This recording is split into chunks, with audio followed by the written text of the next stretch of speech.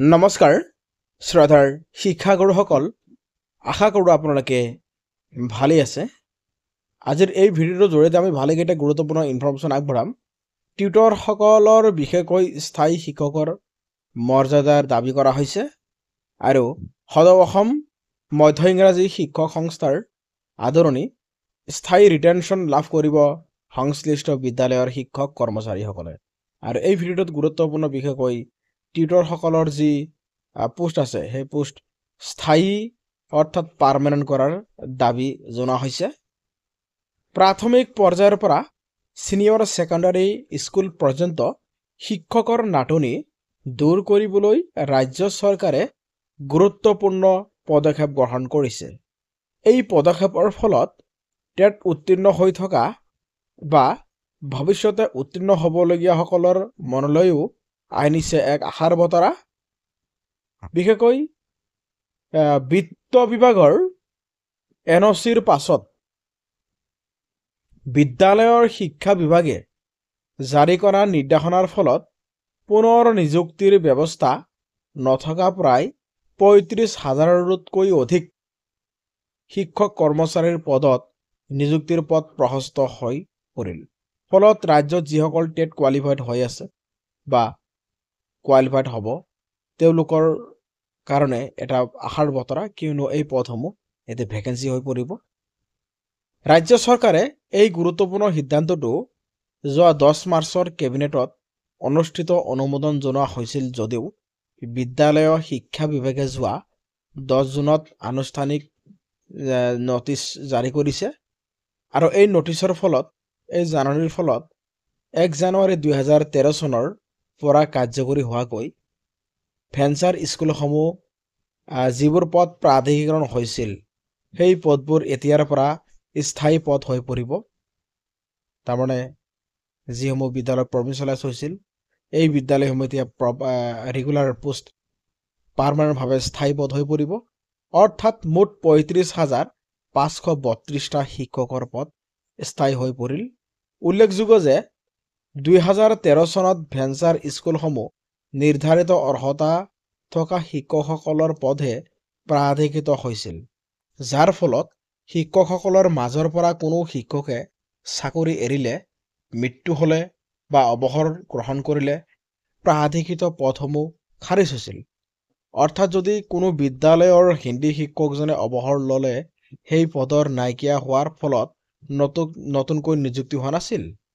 কিন্তু কেবিনেটত গ্ৰহণ কৰা সিদ্ধান্ত অনুসৰি বিত্ত বিভাগে NOCৰ দিয়া শিক্ষা বিভাগে জাননী জাৰি কৰাৰ পাছত প্ৰাধিকৃত হোৱা শিক্ষক কৰ্মচাৰীয়ে স্থায়ী ৰিটেনশ্যন লাভ কৰিব আৰু এই সিদ্ধান্তৰ ফলত 2013 চনত প্ৰাধিকৃত বিদ্যালয়ত যিবিলাক পদ আছিল সেই পদত কাম কৰা শিক্ষকে কিবা কাৰণত যদি মৃত্যুবৰণ কৰে বা কৰিছে বা অৱসৰ গ্ৰহণ লয় আৰু তেতিয়া সেই পদৰ বিপৰীতে শিক্ষা বিভাগে নতুন নিযুক্তি দিয়াৰ NOCৰ বিত্ত বিভাগৰ পৰা লাভ কৰিছে।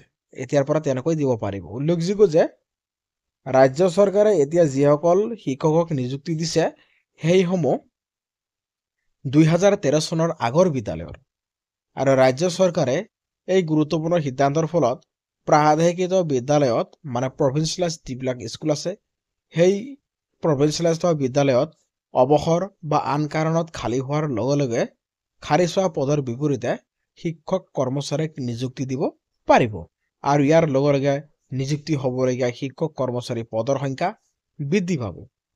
উল্লেখযোগ্য যে 2013 চনত নিম্ন প্ৰাথমিকত সৰ্বমুঠ 9,655টা মানে LP ছেকশ্যনত আৰু আপাৰ প্ৰাইমাৰী অৰ্থাৎ উচ্চ প্ৰাথমিক বিদ্যালয়ত 10,553টা কৰ্মচাৰী আৰু 1,728টা কৰ্মচাৰী আছে আৰু মুঠ 21,936টা পদ প্ৰাধিকৃত কৰা হৈছিল, মানে প্ৰভিঞ্চিয়েলাইজ কৰা হৈছিল। টোটেল 21,936টা আনহাতে মাধ্যমিক পৰ্যায়ৰ হাইস্কুল শিক্ষক কৰ্মচাৰীৰ 12,536টা আৰু উচ্চতৰ মাধ্যমিক 537টা আৰু চিনিয়ৰ ছেকেণ্ডাৰী স্কুলত 521টা, সৰ্বমুঠ 13,594টা পদ প্ৰাধিকৃত কৰা হৈছিল। আৰু এই পদসমূহ স্থায়ী ৰিটেনশ্যন পোৱাৰ ফলত পদ খাৰিজ হৈ যোৱাৰ পৰিৱৰ্তে স্থায়ী পদ হৈ পৰিল। এতিয়াৰ পৰা নতুন নিযুক্তি লাভ কৰিব পাৰিব। কোনোবা শিক্ষকে যদি অৱসৰ গ্ৰহণ কৰে বা কিবা কাৰণত যদি পদটো খালী হৈ যায়, এই পদৰ বিপৰীতে নতুনকৈ অসম চৰকাৰে এতিয়াৰ পৰা এডভাৰটাইজমেণ্ট কৰিব আৰু তাৰ বিপৰীতে নিযুক্তি প্ৰদান কৰা হ'ব।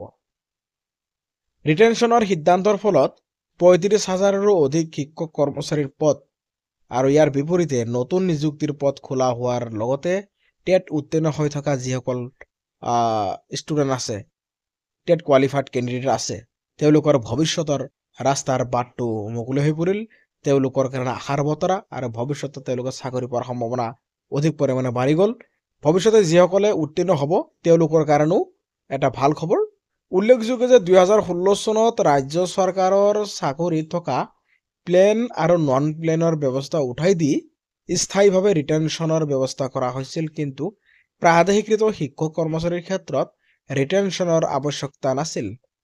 এম ই স্কুল শিক্ষক সন্থাৰ আদৰণি এইবাৰ সদৌ অসম মধ্য ইংৰাজী শিক্ষক সংস্থাৰ সভাপতি দীপেন শৰ্মা আৰু প্ৰাক্তন সম্পাদক অতুল চন্দ্ৰ দাসে শিক্ষা বিভাগৰ এই পদক্ষেপক আদৰণি জনাইছে আৰু তেওঁলোকে কয় যে এই ব্যৱস্থাৰ ফলত বিদ্যালয়সমূহত শিক্ষকৰ অভাৱ দূৰ হ'ব আৰু সংস্থাই টিউটৰসকলকো স্থায়ী শিক্ষকৰ মৰ্যাদা দি সকলো শিক্ষক কৰ্মচাৰীৰ পুৰণি পেঞ্চন ব্যৱস্থা আওতালৈ আনিবলৈ চৰকাৰক দাবী জনাইছে।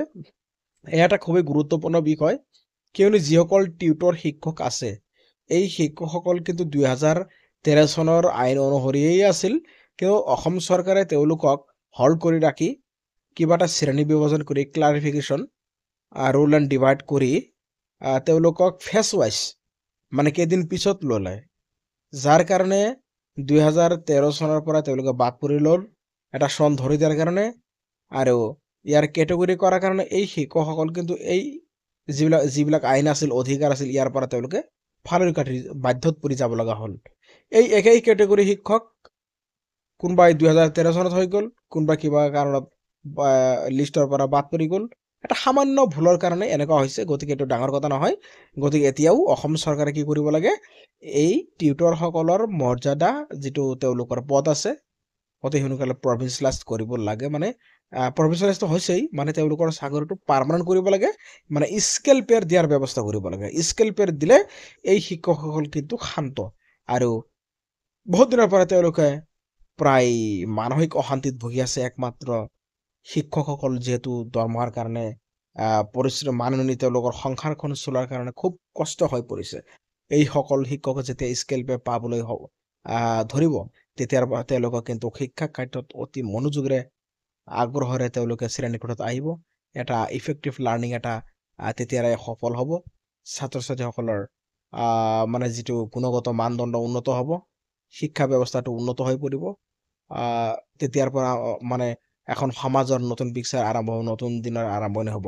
আৰু এইটো একমাত্ৰ সম্ভৱ মাননীয় আমাৰ মুখ্যমন্ত্ৰী হিমন্ত বিশ্ব শৰ্মা ছাৰৰ নেতৃত্বতহে এইটো সম্ভৱ। গতিকে অতি সোনকালেই মাননীয় মুখ্যমন্ত্ৰীগৰাকীয়ে যাতে তেওঁলোকক এই সুবিধাটো কৰি দিয়ে, যেনেকৈ প্ৰভিঞ্চিয়েলাইজৰ যিটো পদ আছিল সেই পদটো খাৰিজ হোৱাৰ পৰা ৰক্ষা পৰিল, যে নতুনকৈ এতিয়া এই পদটো পূৰণ কৰা হ'ব, ৰিটেনশ্যন নাম্বাৰ আহি গ'ল।